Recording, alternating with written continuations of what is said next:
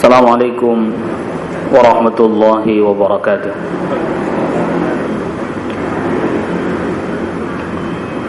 Innal hamdalillah nahmaduhu wa nasta'inuhu wa nastaghfiruh wa na'udzu billahi min shururi anfusina wa min sayyiati a'malina. من يهده الله فلا مضل له ومن يضلل فلا هادي له أشهد أن لا إله إلا الله وحده لا شريك له وأشهد أن محمدا عبده ورسوله يا أيها الذين آمنوا اتقوا الله حق تقاته ولا تموتن إلا وأنتم مسلمون يا أيها الناس اتقوا ربكم الذي خلقكم من نفس واحدة وخلق منها زوجها وبث منهما رجالا كثيرا ونساء واتقوا الله الذي تساءلون به والأرحم إن الله كان عليكم رقيبا يا أيها الذين آمنوا اتقوا الله وقولوا قولا سديدا يصلح لكم أعمالكم ويغفر لكم ذنوبكم ومن يطع الله ورسوله فقد فاز فوزا عظيما أما بعد فإن أصدق الحديث كتاب الله وخير الهدي هدي محمد صلى الله عليه وسلم وشر الأمور محدثاتها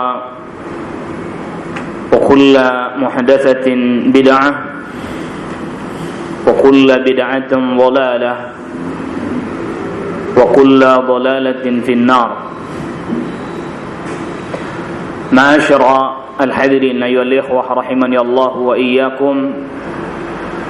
Pada sore hari yang berbahagia ini kita memuji kepada Allah Rabbul Alamin, yang dimana kita masih dipertemukan kembali di majelis ilmu dalam rangka menunaikan salah satu kewajiban kita, yaitu menuntut ilmu. Dan pada sore hari ini insyaallah taala kita akan membahas satu pembahasan yang sangat penting untuk kita fahami, pembahasan yang terkait dengan hukukul ukhuwah, hak-hak persaudaraan karena Islam, karena iman, yang dimana ini tentu di atas persaudaraan karena sebatas keturunan saja, di atas persaudaraan karena satu kampung atau satu daerah ataupun satu suku. Persaudaraan karena iman ini adalah merupakan persaudaraan yang banyak mendatangkan keutamaan-keutamaan, yang mendatangkan keuntungan bagi kita, dan bahkan menjadi salah satu tanda keimanan yang Rasulullah sallallahu alaihi wasallam sabdakan di dalam hadis yang diriwayatkan oleh Al-Imam Al-Bukhari dan juga oleh Imam Muslim, la yu'minu ahadukum hatta yuhibba li akhihi ma yuhibbu li nafsihi. Tidaklah beriman salah seorang di antara kalian sehingga ia mencintai saudaranya sebagaimana ia mencintai dirinya sendiri. dan juga persaudaraan karena iman, karena Islam adalah merupakan nikmat yang besar yang Allah berikan kepada kita. Maka Allah Subhanahu wa taala firmankan dalam surah Ali Imran ayat 103, fa asbahtum bi ni'matihi ikhwana, maka kalian dengan sebab nikmat Allah menjadi bersaudara. Wa kuntum ala syafa hufratin minan nari fa anqadhakum minha, dan kalian berada di tepi jurang neraka lalu kemudian Allah menyelamatkan kalian darinya. Jadi para ulama mengatakan ketika menjelaskan makna firman Allah tabaraka taala fa asbahtum bi ni'matihi ikhwana, bi ni'matihi karena nikmat Allah, sebagian para ulama mengartikan bahwa ini adalah merupakan peringatan bagi kita bahwa terjalinnya tali persaudaraan dan cinta kasih kaum mukminin ini bisa terjadi karena karunia dari Allah, nikmat dari Allah. Karena kalau bukan karena nikmat dari Allah, kita tidak akan pernah bisa muncul di dalam hati persaudaraan, ikatan dan jalinan persaudaraan. Walaupun kita berupaya dan berusaha sepenuh tenaga sekalipun, kita tidak akan pernah bisa menyatukan hati manusia walaupun kita berupaya sekuat tenaga. Allah Subhanahu wa taala firmankan, "Lau anfaqta ma fil ardi jami'a ma allafta baina qulubihim walakinna Allah allafa bainahum." Kalau seandainya kita menginfakkan segala apa yang ada di muka bumi, semuanya kita curahkan, kita tidak akan pernah bisa menyatukan hati mereka. Tapi Allah lah yang menyatukan hati mereka. Walakinna Allah allafa bainahum. Allah lah yang menyatukan hati mereka. Disatukan karena iman, disatukan karena tauhid, disatukan karena cinta kepada Allah, mencintai karena Allah, bersaudara karena Allah. Dan ini adalah merupakan kenikmatan yang tiada tara, tidak ada bandingnya. Maka semestinya kita bergembira dengan nikmat ini, yaitu nikmat kita dijadikan bersaudara karena iman, karena Islam. Qul bi fadlillahi wa bi rahmatihi fabidzalika falyafrahu wa khairum mimma yajma'un. Nabi sallallahu alaihi wasallam diperintahkan oleh Allah Rabbul Alamin, katakan wahai Muhammad, dengan sebab anugerah Allah dan rahmatnya Allah, dan dengan itulah hendaklah kalian bergembira. Jadi kita bisa melaksanakan ketaatan, bisa saling mencintai karena Allah. Itu semua merupakan anugerah dan rahmat Allah, dan itu jauh lebih baik, wa khairum mimma yajma'un, lebih baik dari apa yang kita kumpulkan, lebih baik daripada dunia, lebih baik dari apa yang kita upayakan untuk kita kumpulkan. Oleh karena itu, para sahabat, mereka ketika telah masuk ke dalam agama ini, ke dalam agama tauhid ini, ke dalam agama yang dibawa dan didakwahkan oleh Rasul sallallahu alaihi wasallam ini, mereka yang tadi bermusuhan langsung menjadi saudara. Mereka yang tadi berselisih, yang mereka awalnya kufur, lihat bagaimana Umar ibnul Khattab radhiyallahu anhu tadinya sangat membenci Nabi sallallahu alaihi wasallam, sangat membenci kaum muslimin. Syekh Safiyur Rahman Al-Mubarakfuri di dalam Ar-Rahiqul Makhtum, beliau sebutkan bahwa di antara orang-orang kafir Quraisy yang sangat membenci kaum muslimin, bahkan termasuk yang menyiksa kaum muslimin, adalah Umar ibnul Khattab radhiyallahu anhu. Umar ibnul Khattab radhiyallahu anhu sebelum masuk Islam adalah orang yang sangat benci kepada kaum muslimin, bahkan termasuk orang yang menyiksa kaum muslimin. Tetapi ketika ia masuk ke dalam agama ini, ketika ia masuk ke dalam Islam, maka ialah orang yang pertama kali menjelaskan bahwa mari kita bersama-sama menuju ke Baitullah. Karena pada saat itu kaum muslimin dalam keadaan dilarang untuk mendekati Masjidil Haram ketika masih di Makkah. Gak ada yang berani ibadah di Masjidil Haram, gak ada yang berani. Tapi semenjak Umar bin Khattab radhiyallahu anhu masuk ke dalam agama ini, ia pun kemudian mengajak para sahabat yang lain, termasuk pada saat itu paman Nabi Hamzah bin Abdul Muttalib, keluar bersama dengan kaum muslimin. Lalu kemudian mereka bersama-sama menuju Masjidil Haram, melaksanakan salat di depan orang-orang kafir Quraisy, beribadah di depan orang-orang kafir Quraisy. Dan tidak ada satupun dari orang-orang Quraisy yang pada saat itu mengganggu kaum muslimin. Kenikmatan yang luar biasa. Orang yang tadinya sangat membenci kemudian berbalik menjadi orang yang sangat mencintai dan sangat membela Islam dan kaum muslimin. Tidak kalah menariknya contoh dari orang-orang Ansar yang ketika Rasul sallallahu alaihi wasallam persaudarakan antara sahabat Abdurrahman ibn Auf radhiyallahu an ketika datang ke Madinah, dipersaudarakan dengan seorang Ansar yang bernama Sa'ad bin Ar-Rabi Al-Ansari. Padahal Abdurrahman ibn Auf tadinya adalah orang-orang, termasuk orang-orang yang kaya, saudagar kaya.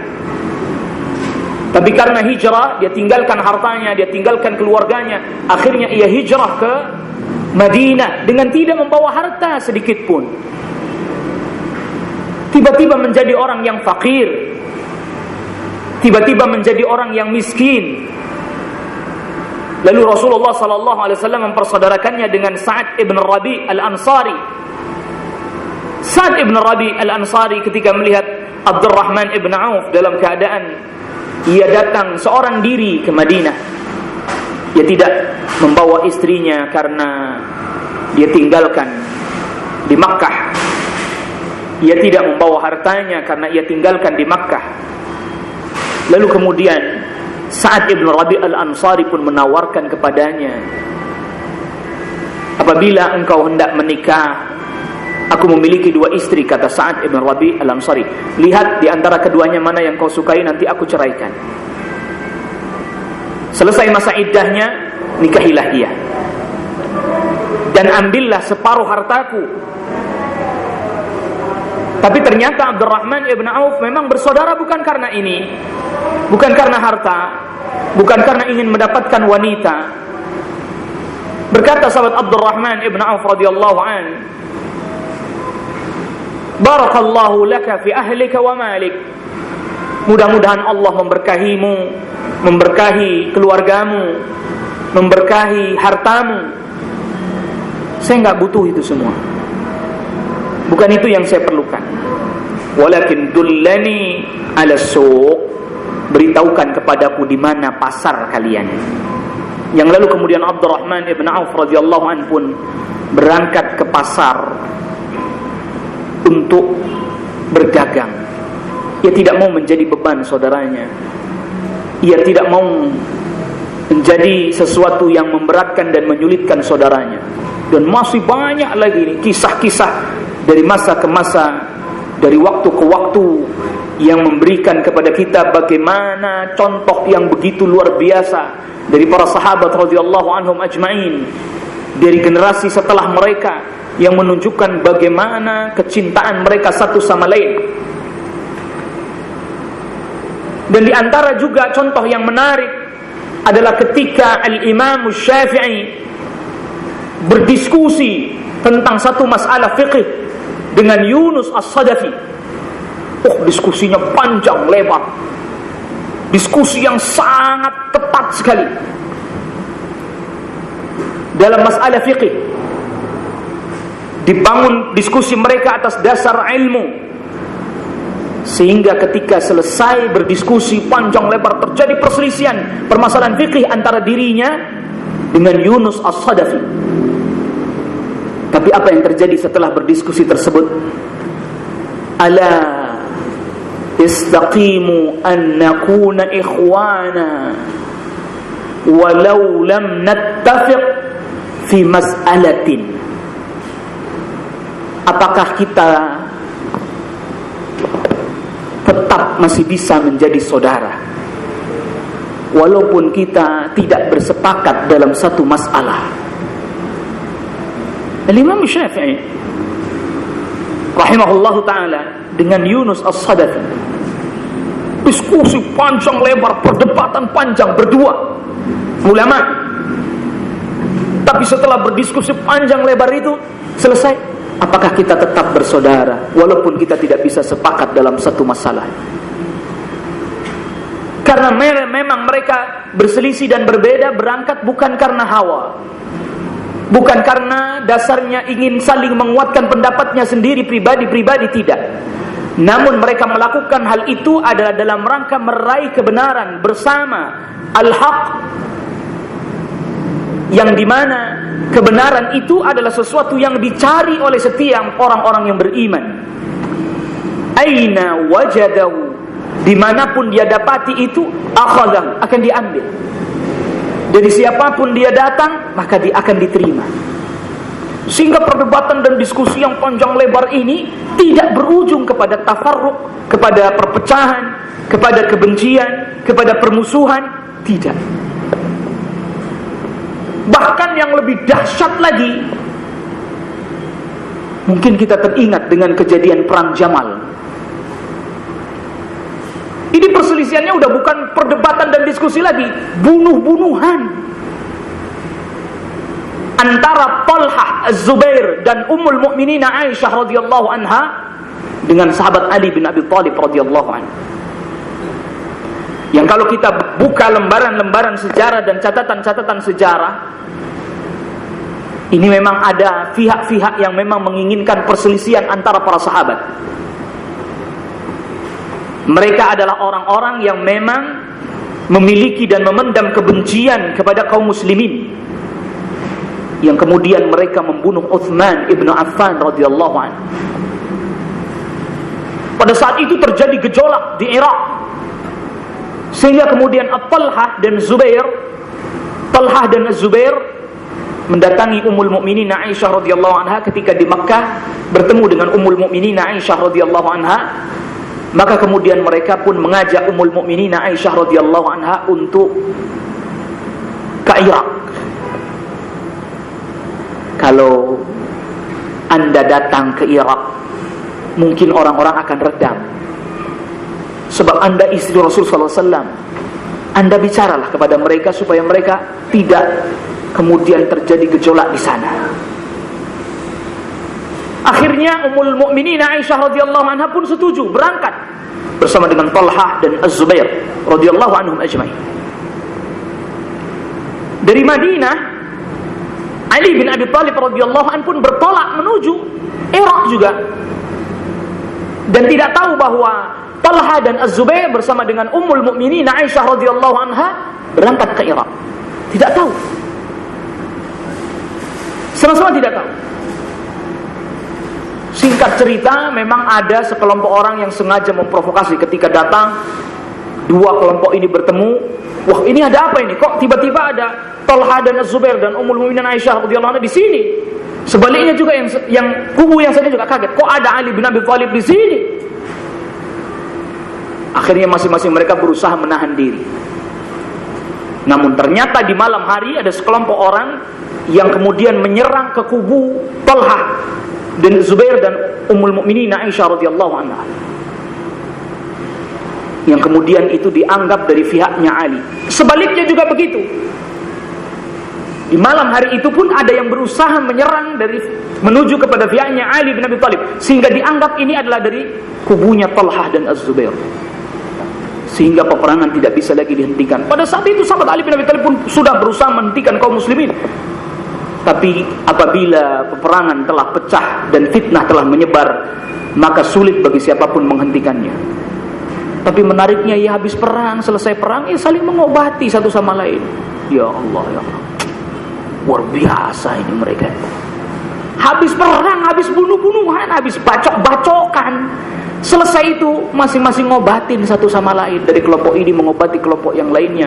Dari pihaknya Talhah dan Az-Zubair dan Aisyah mengobati pihaknya sahabat Ali bin Abi Thalib. Sebaliknya juga begitu. Ummul Mukminin Aisyah radhiyallahu anha pun diminta oleh Ali bin Abi Thalib untuk diantarkan secara terhormat. Enggak ditawan, enggak ditahan. Apalagi kemudian dihukum, tidak, diantarkan kembali ke Mekah pulang. Dan Aisyah radhiyallahu anha pun menyesal, menangis sejadi-jadinya. Luar biasa. Nggak bakal kita dapati hari ini. Habis perang, habis saling menyerang satu sama lain, lalu kemudian habis itu mereka pun mengobati satu sama lain. Dan ini ijtihad, sebagaimana juga terjadi pada sahabat Muawiyah bin Abi Sufyan yang berperang dengan sahabat Ali bin Abi Thalib radhiyallahu anhu atas dasar ijtihad. Tetapi itu tidak sedikit pun lantas mengurangi rasa hormat mereka satu sama lain. Bahkan juga tidak sedikit pun menimbulkan kebencian antara mereka satu dengan yang lain. Luar biasa. Tentu karena kaitannya dengan iman. Keimanan para sahabat yang begitu besar, sehingga kecintaan kepada saudaranya pun begitu besar.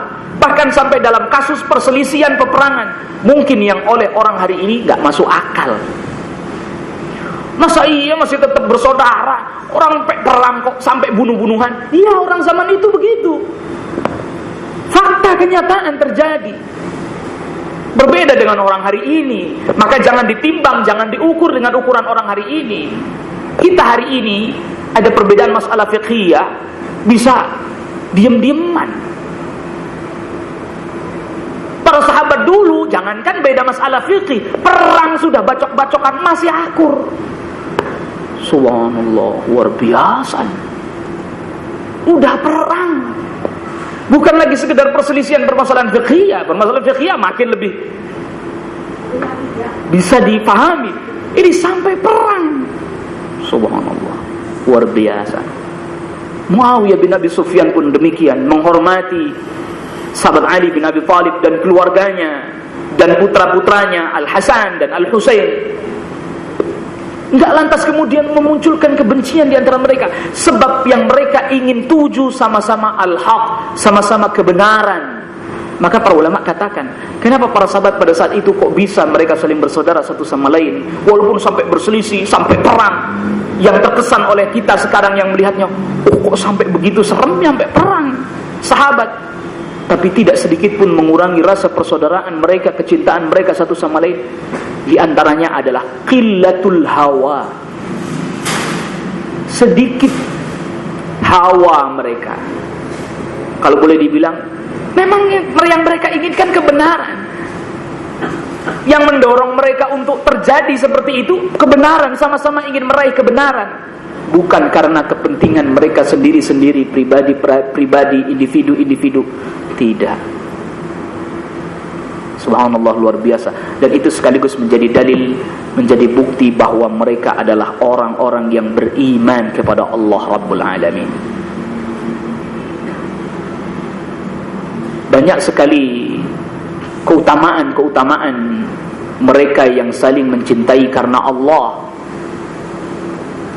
yang tentu kalau kita sebutkan satu persatu begitu banyak, namun kita ingin mengambil beberapa contoh saja.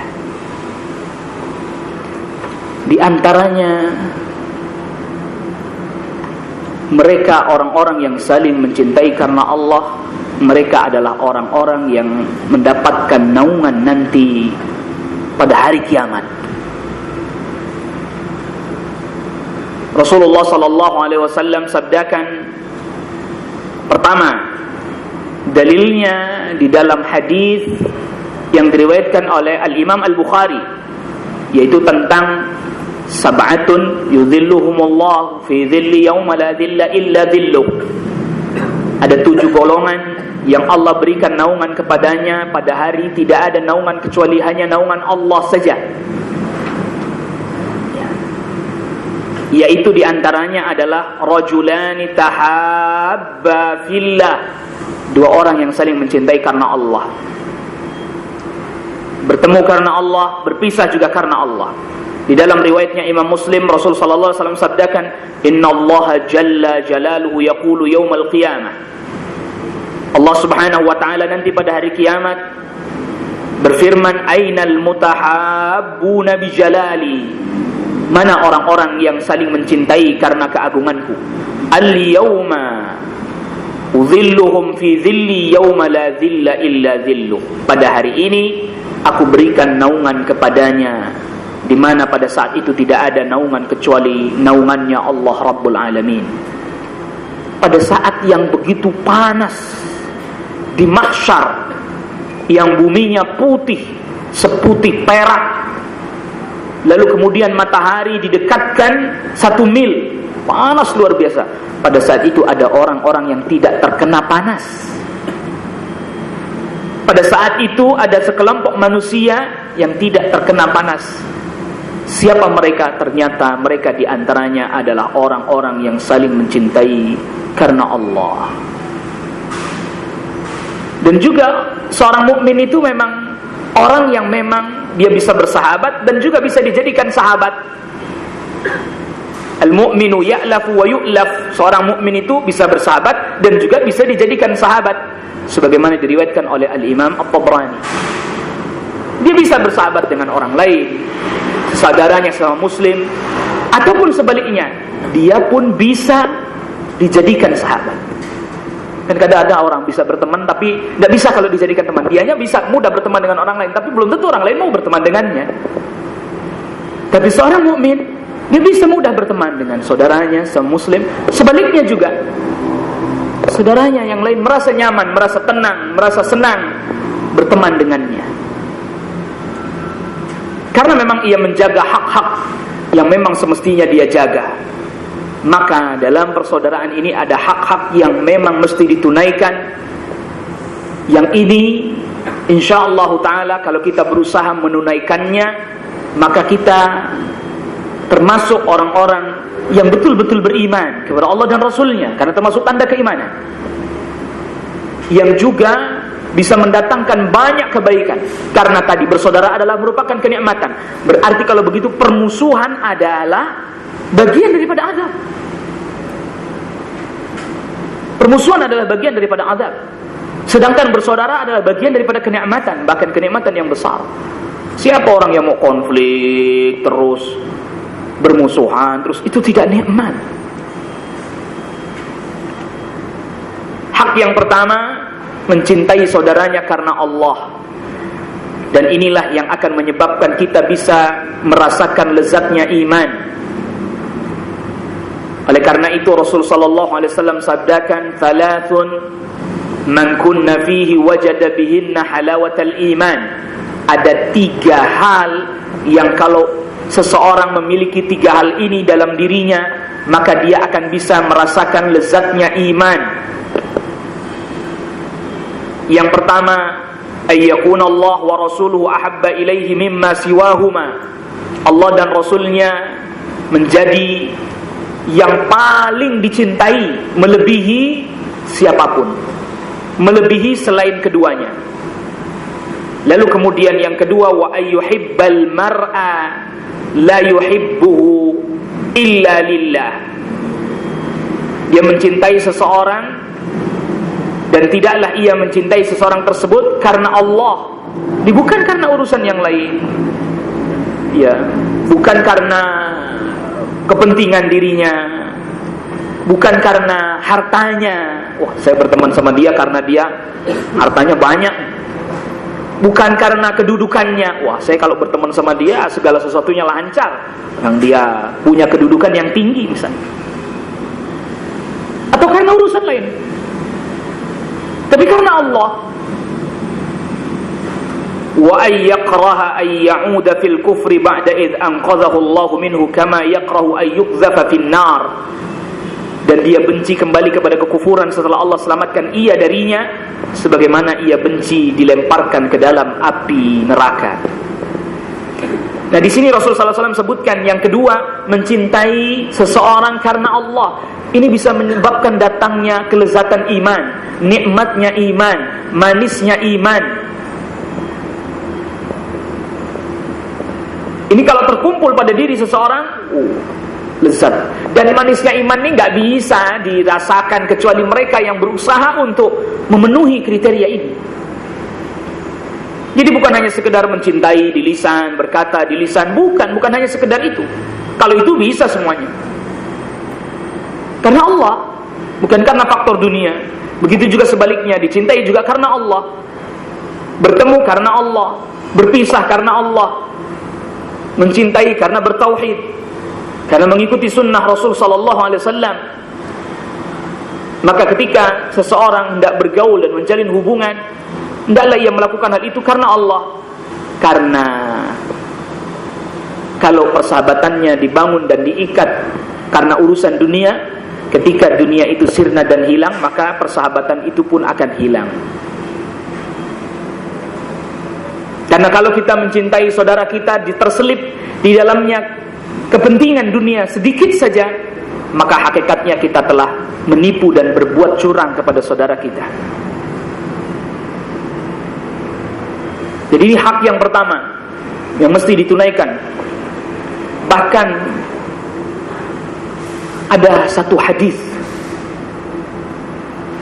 yang menyebutkan bahwa ada orang-orang di belakang nanti yang dia bukan nabi, dia bukan rasul, tapi para nabi dan rasul dalam bahasa kita iri dengan mereka.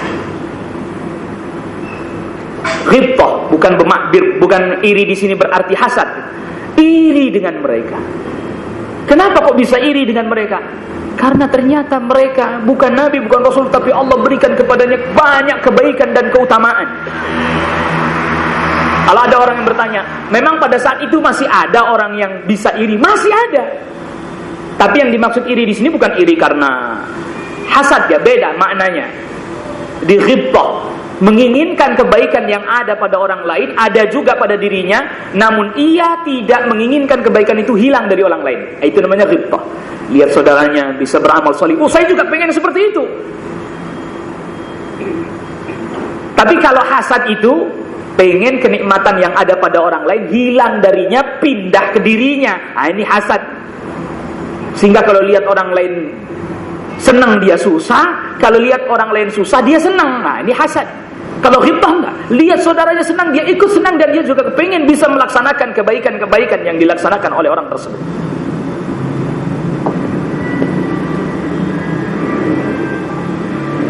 Lalu kemudian yang kedua, di antara hak yang kedua adalah memberikan bantuan kepada saudaranya, baik bantuan harta, baik juga bantuan fisik.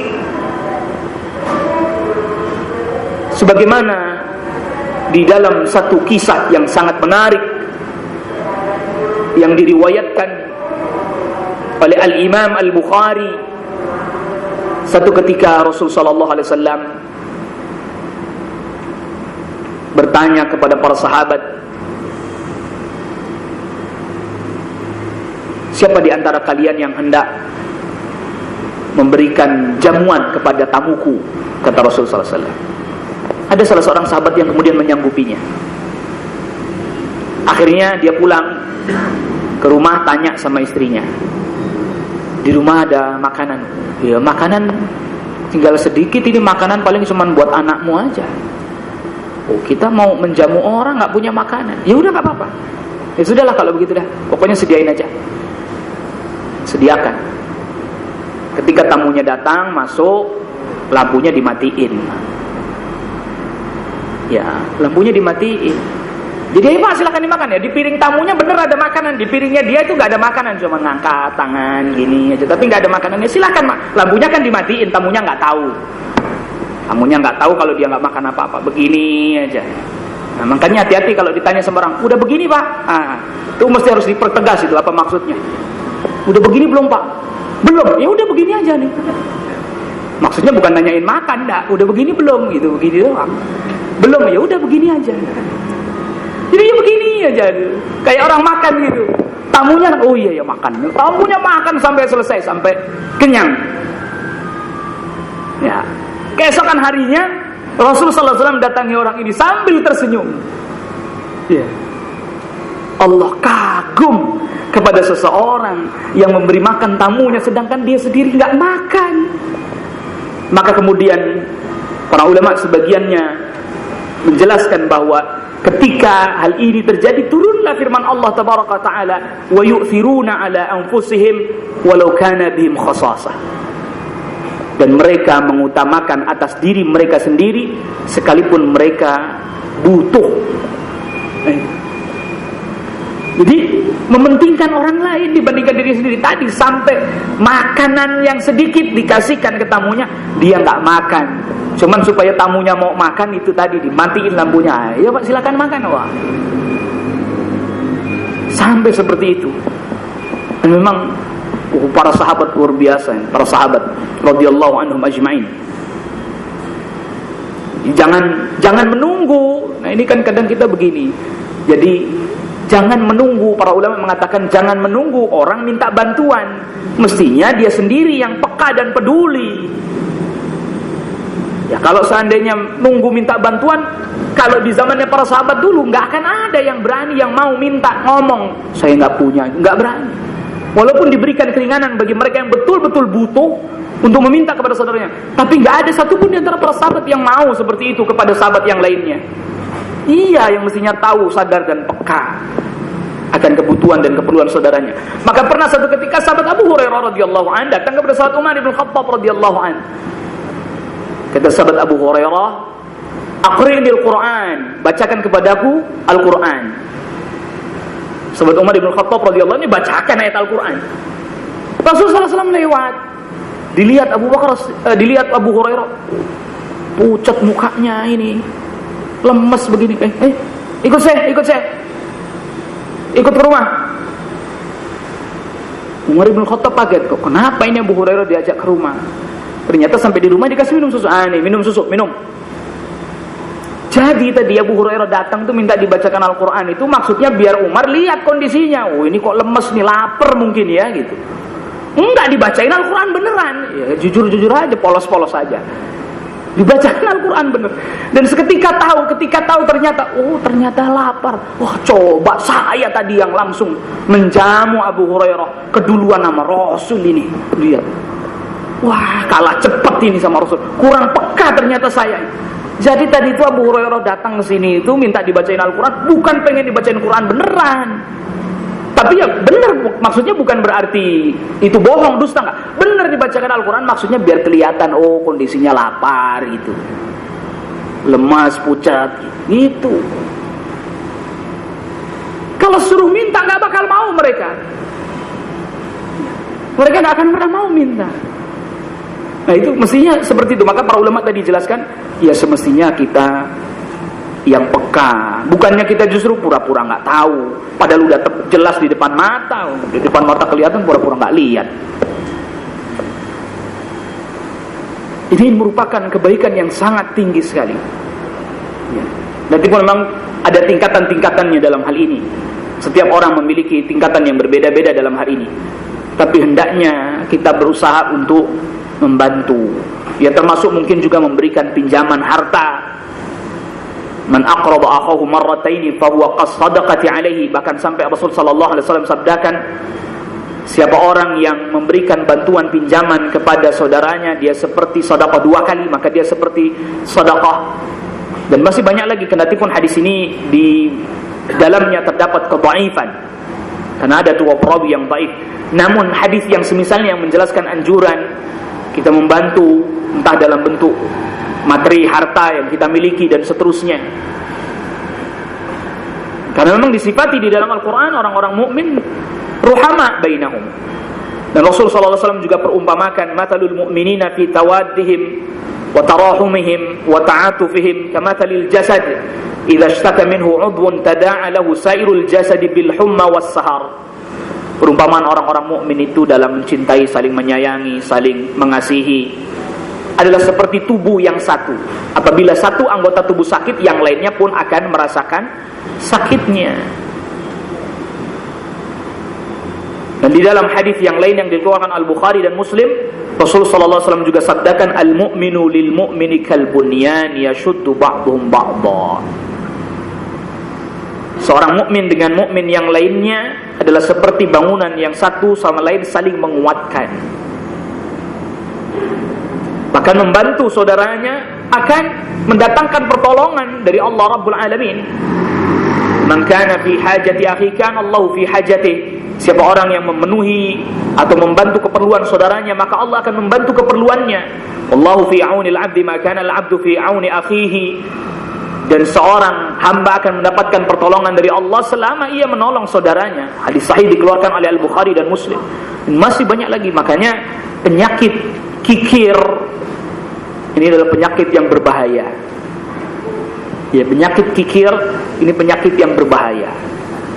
Dan ini akan membuat seseorang jadi tidak peduli.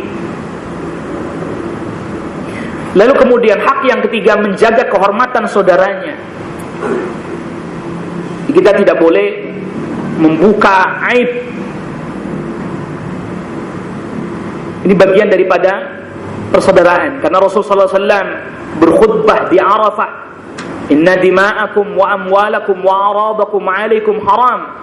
Sesungguhnya darah kalian, harta kalian, kehormatan kalian haram atas kalian.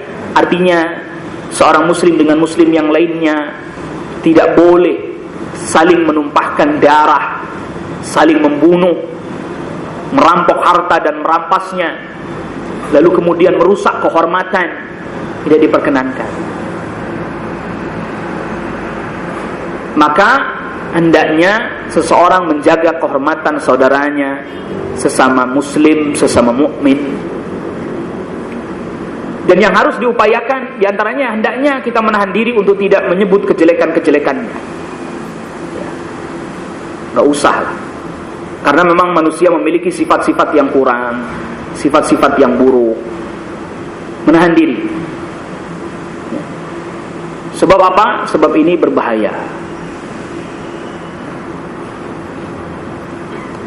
Dan juga lebih baik kita meninggalkan tentang berbicara tentang masalah aib saudaranya. Kalau sudah mulai masuk ke sana, udah mulai henti, tahan. Kalau sudahlah, nggak usah lah.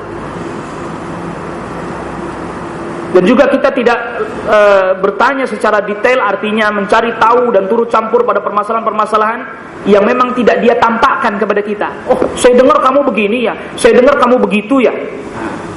Nggak usah ya.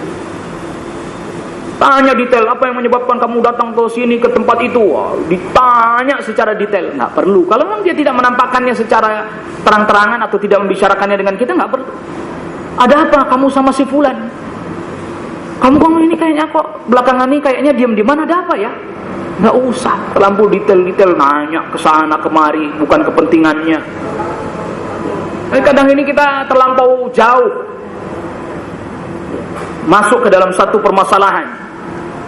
Kalau memang dia sembunyikan karena mungkin ada maslahat yang hendak dia sembunyikan dan seterusnya, dia nggak mau orang tahu, ya sudah. Ini bukan justru malah cari-cari. Makanya ini penyakit nih. Jangan jadi paparasi, jangan. Wah, apa aja dicari ini. Bahkan kalau orang nggak tahu malah dikorek-korek, dibuka aibnya, dicari-cari. Orang nampak baik, dicari-cari keburukannya, jadi buruk lama-lama akhirnya. Nauzubillah, nasallallahu alaihi wasallam. Kita lanjutkan nanti ba'da salatil maghrib. Wallahu ta'ala a'lam. Alhamdulillah, asyhadu an la ilaha illallah wahdahu la syarika lah, wa asyhadu anna Muhammadan 'abduhu wa rasuluh. Amma ba'd.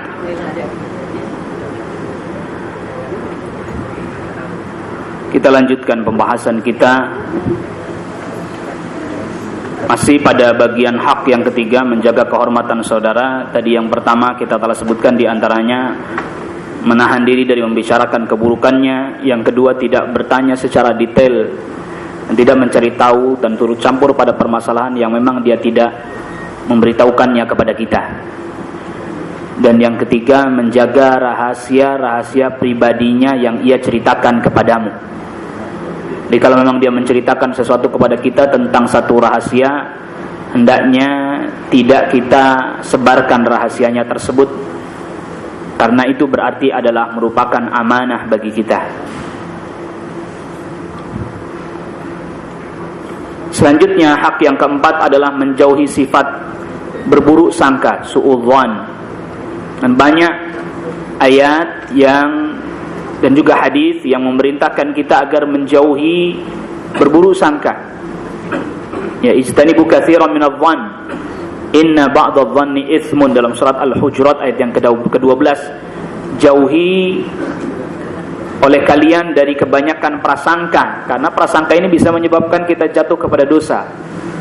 Dan Rasul sallallahu alaihi wasallam sabdakan, iyyakum wadh-dhanna fa inna adh-dhanna akdzabul hadits. Jauhi oleh kalian prasangka, karena prasangka itu adalah berita yang paling dusta, dalam riwayat Al-Bukhari dan Muslim. Oleh karena itu, kita hendaknya selalu mencari makna atau mencari kebaikan, berusaha cari-cari uzur. Al-mu'min yatlubul ma'adzir. Seorang mukmin itu mencari uzur. Imam Ibnu Mubarak katakan, al-mu'min yatlubul ma'adzir. Jadi seorang mukmin itu hendaklah dia mencari uzur bagi saudaranya. Mungkin dia bilang begini karena ini, mungkin dia bersikap seperti ini karena begini.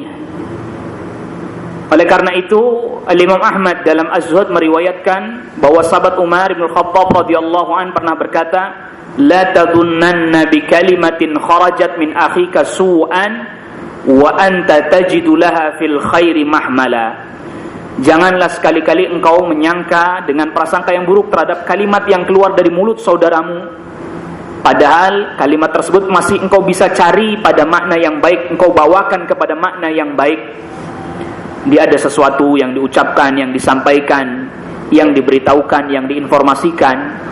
Hendaknya kita cari, oh mungkin maksudnya begini, mungkin maksudnya begini. Kalau memang kita masih mungkin untuk membawanya kepada makna yang baik. Jadi jangan lantas kemudian semuanya dibawa kepada makna yang buruk. Cari uzur. Mungkin alasannya dia begini, mengapa dia berbuat seperti ini, mengapa dia mengatakan seperti ini, mengapa dia menulis seperti ini. Cari kepada makna yang baik, agar kita kemudian tidak jatuh kepada, ya tadi, sudah buruk sangka semuanya. Kalau sudah begitu nggak ada yang baik. Perkataan sebaik apapun maka akan jadi buruk. Nasihat sebaik apapun maka akan menjadi buruk. Kalau memang kita sudah terlanjur buruk sangka. Yang kelima, menjauhi perdebatan dengan saudaranya. Ingat, ini perdebatan. Beda dengan diskusi dalam rangka mencari kebenaran. Makanya seseorang yang hendak berdiskusi itu betul-betul niatnya diperkuat.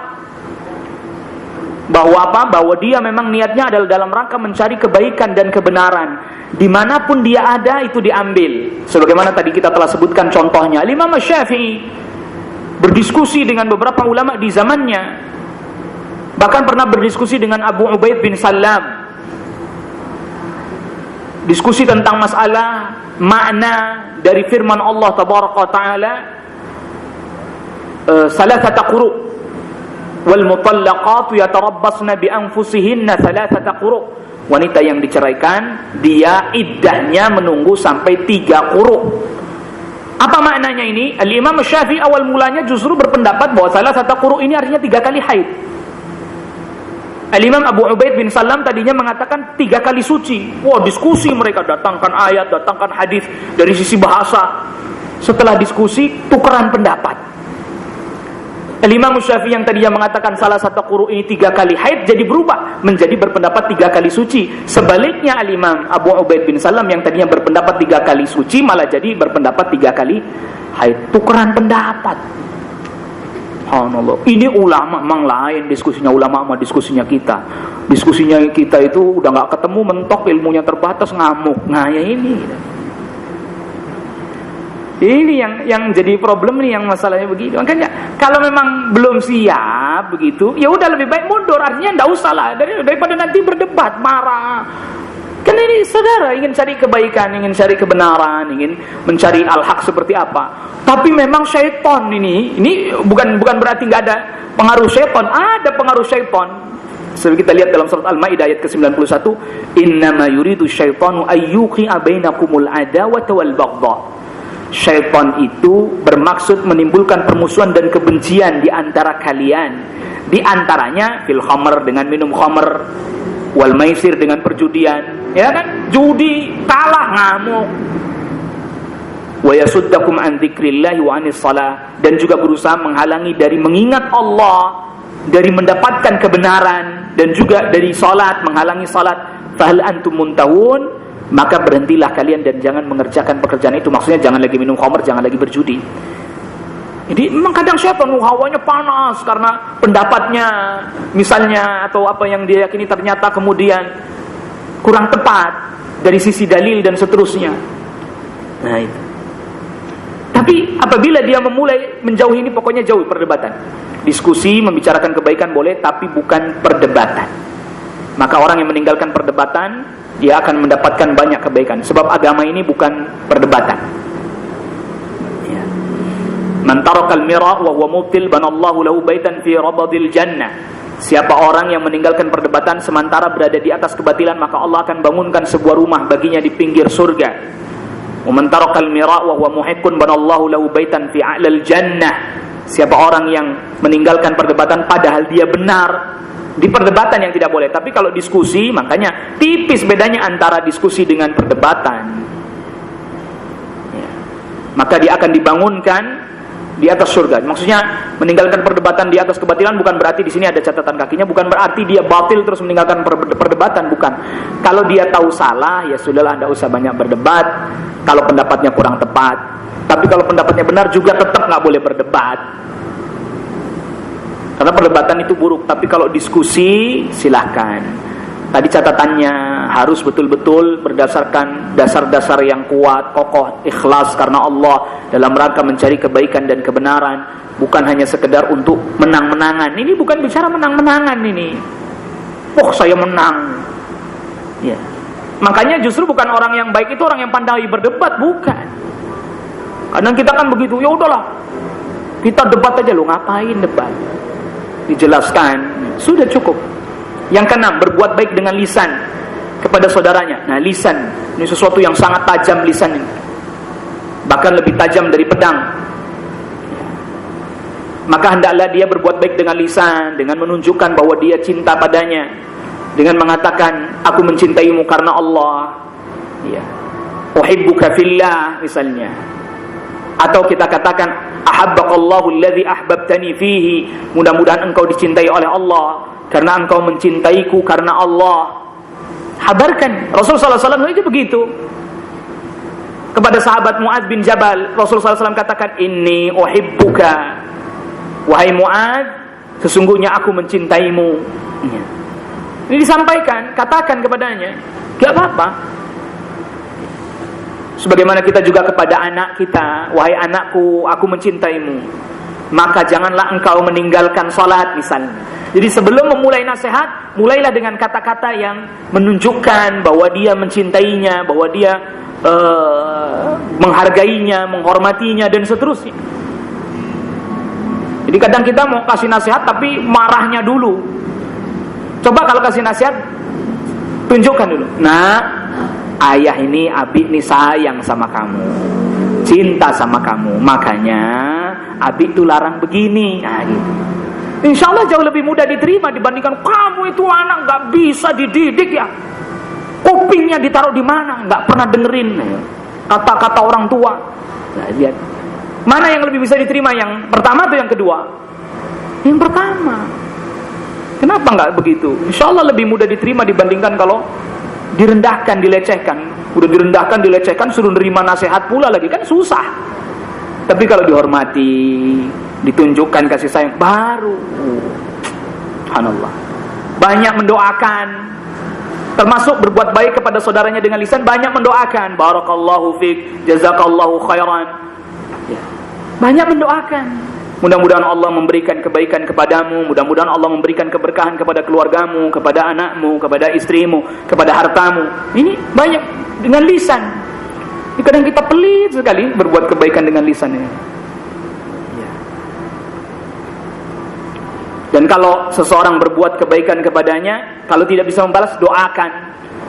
Man sana'a ilaikum ma'rufan fakafi'u fa illam tukafi'uhu fad'u lahu. Kalau ada orang yang berbuat baik kepada kita, balas. Kalau nggak bisa, ya doakan. Yang ketujuh, memaafkan kesalahan saudaranya. Maafkanlah saudaramu. Ya, saya sih sudah maafin, tapi saya nggak mau melihat dia. Ya, ada begitu. Udah saya maafin sih, tapi saya nggak mau lagi melihat dia.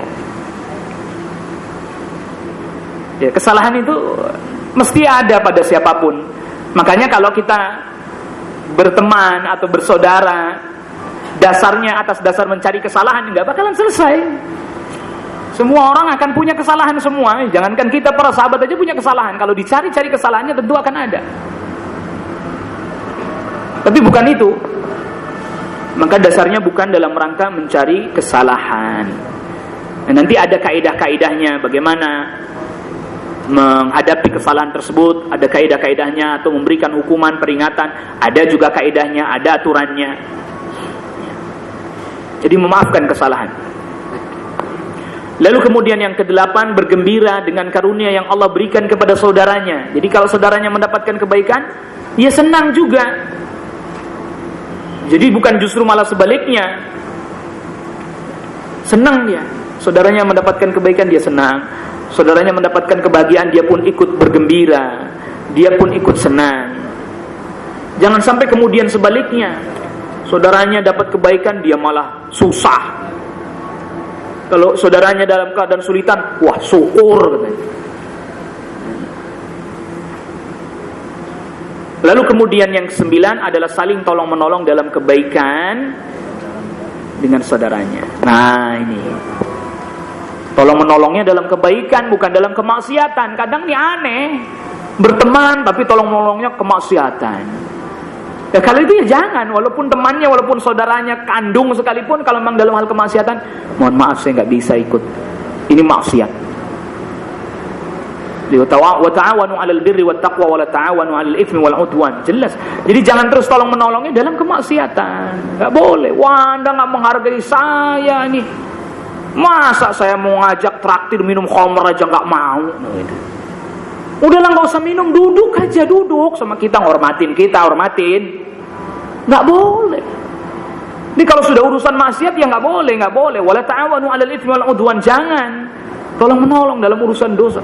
Ini kan teman sendiri. Gimana sih kamu? Temen nih. Udah, apa-apa. Duduk aja duduk. Nggak usah minum khamar. Nggak usah.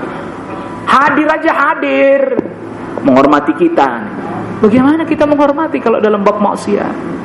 Bagaimana kalau dengan sebab itu dia jadi benci sama kita dan seterusnya? Ya kalau memang begitu ya kita tidak bisa kemana-mana lagi. Udah.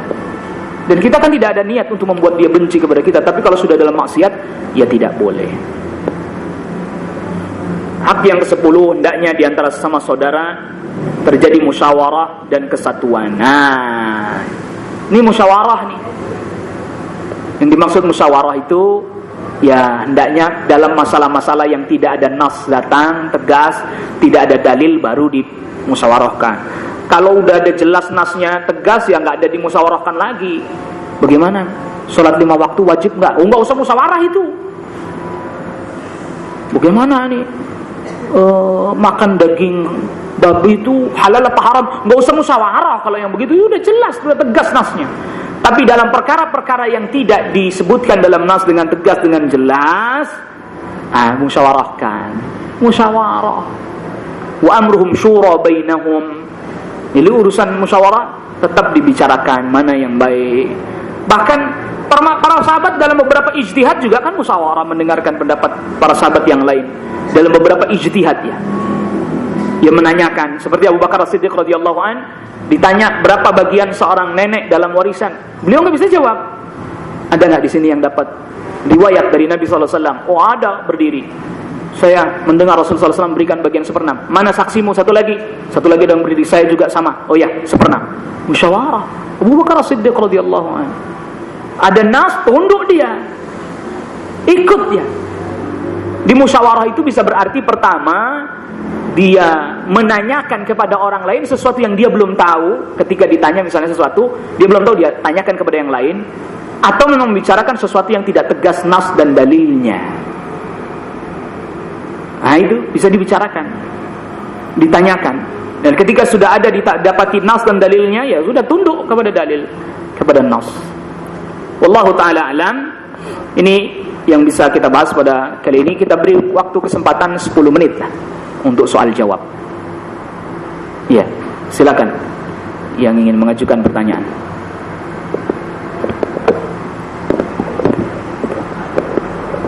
Kalau nggak ada berarti alhamdulillah cepat selesai.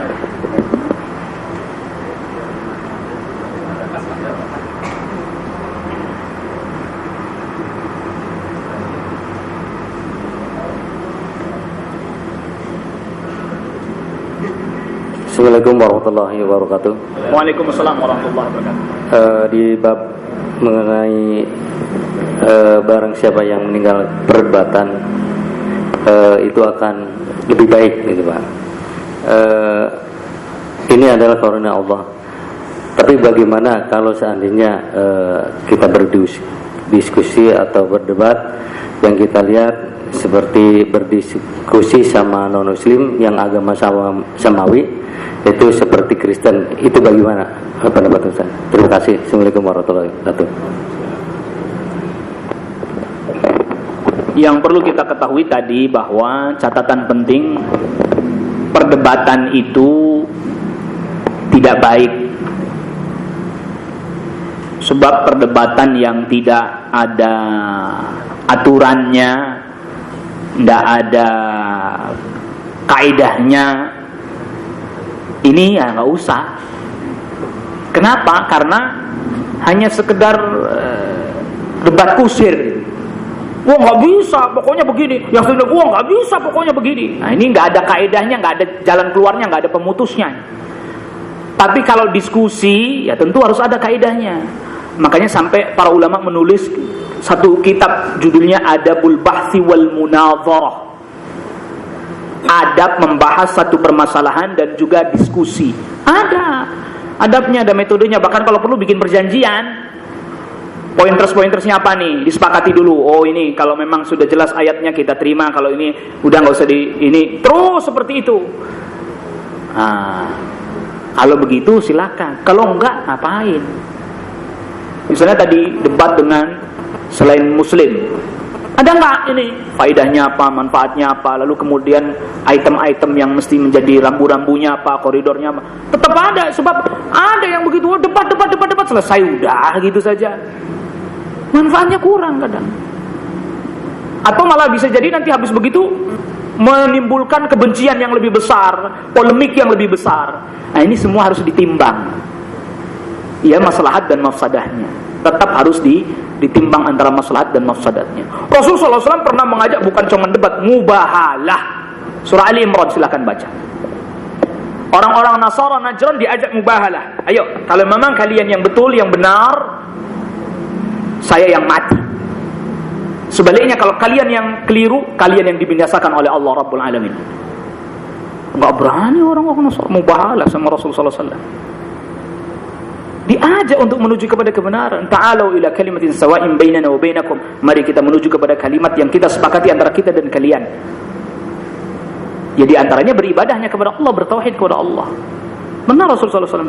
Tapi memang ada maslahatnya. Ya ada maslahat yang besar. Kalau memang tidak ya nggak usah. Karena itu hanya menimbulkan polemik baru misalnya, atau permasalahan baru misalnya.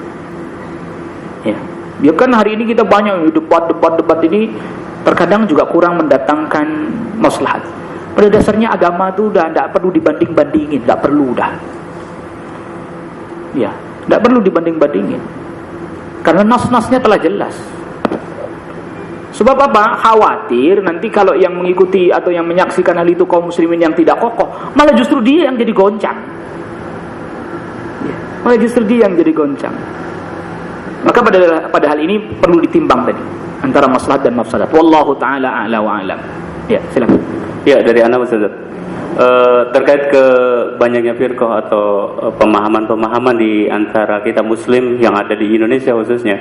Ketika kita melihat ada satu kajian atau satu tuntunan yang mana dari firqah-firqah itu kan kita punya kitab-kitab tersendiri dan mereka memahaminya dengan tersendiri juga, dan guru-guru mereka juga berkiblat-kiblat.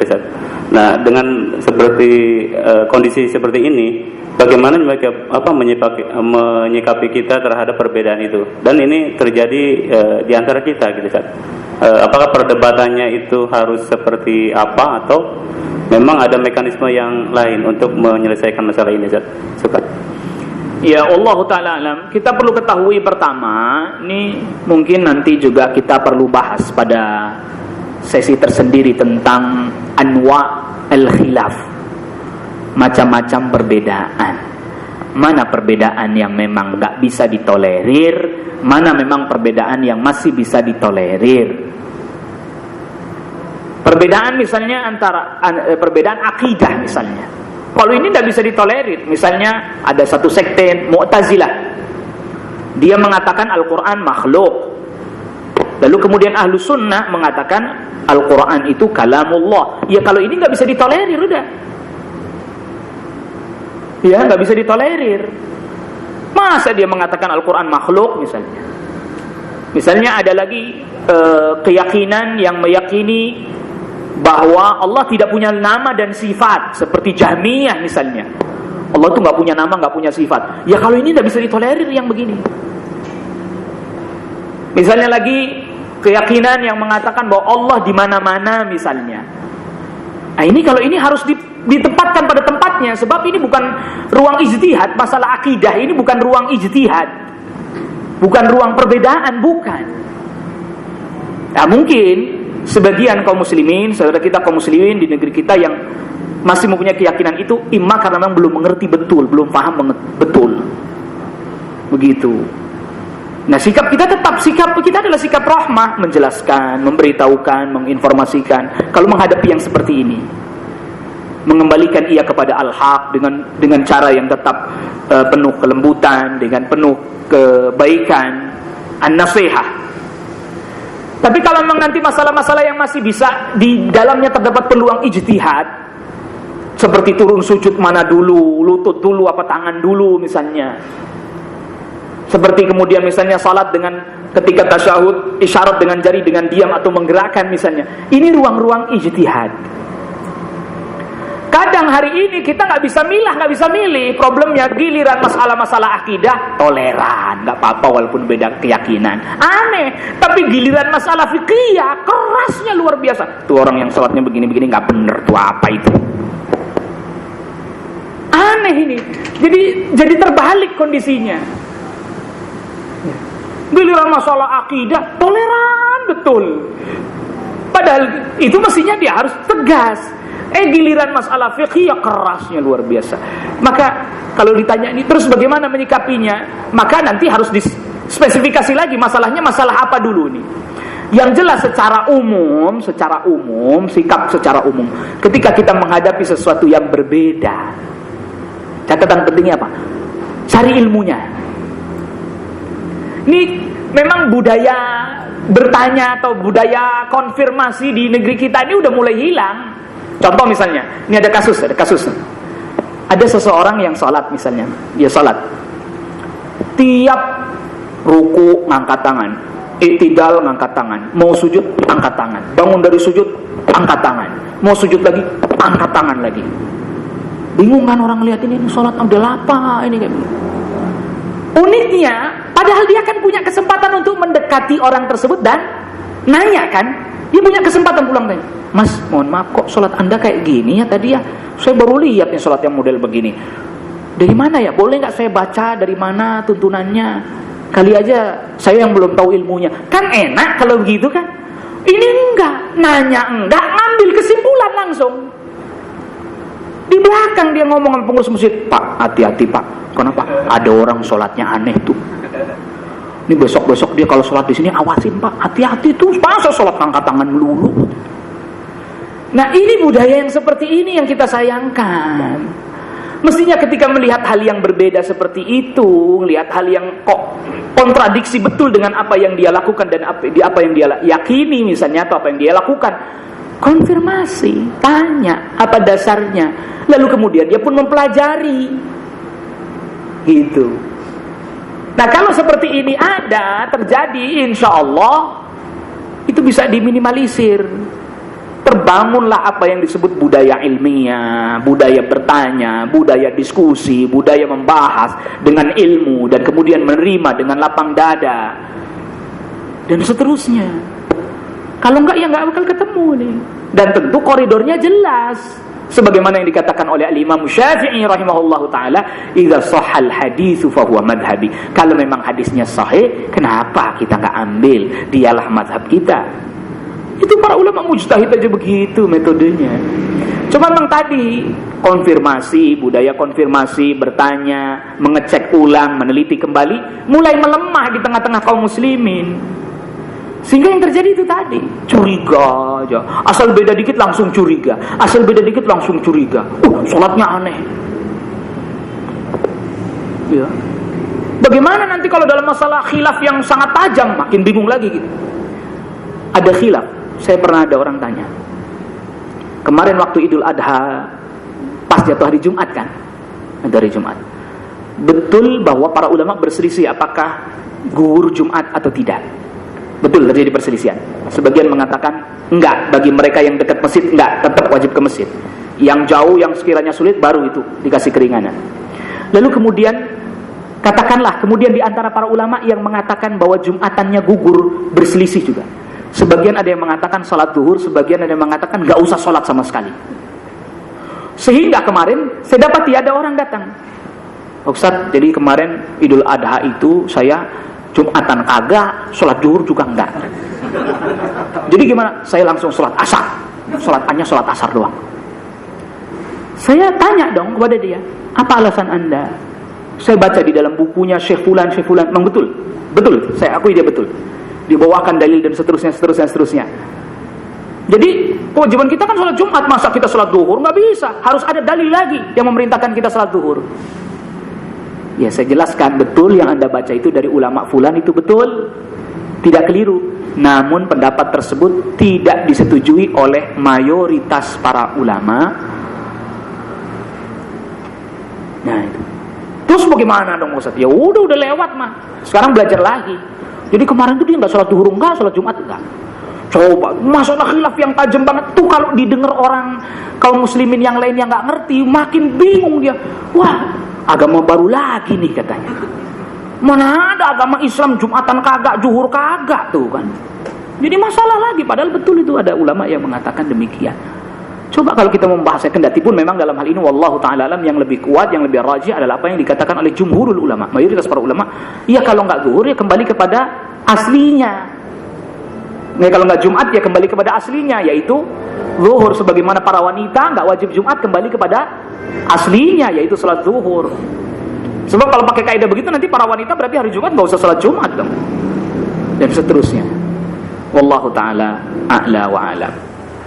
Ya, kita cukupkan pembahasan kita, dan insyaallah taala mudah-mudahan Allah Rabbul Alamin memberikan taufik dan hidayahnya kepada kita semua, diberikan kita kemampuan untuk menjaga ini hak-hak persaudaraan ini. Yang tentunya perlu ilmu dan juga perlu kesabaran, perlu juga waktu yang cukup panjang untuk bisa kita betul-betul meraih persaudaraan yang betul-betul sungguhnya karena iman dan karena Islam. Wallahu taala a'la wa a'lam, wa sallallahu ala nabiyyina Muhammadin wa sahbihi wasallam. Subhanakallahumma bihamdika asyhadu an la ilaha illa anta astaghfiruka wa atubu ilaik. Assalamualaikum warahmatullahi wabarakatuh.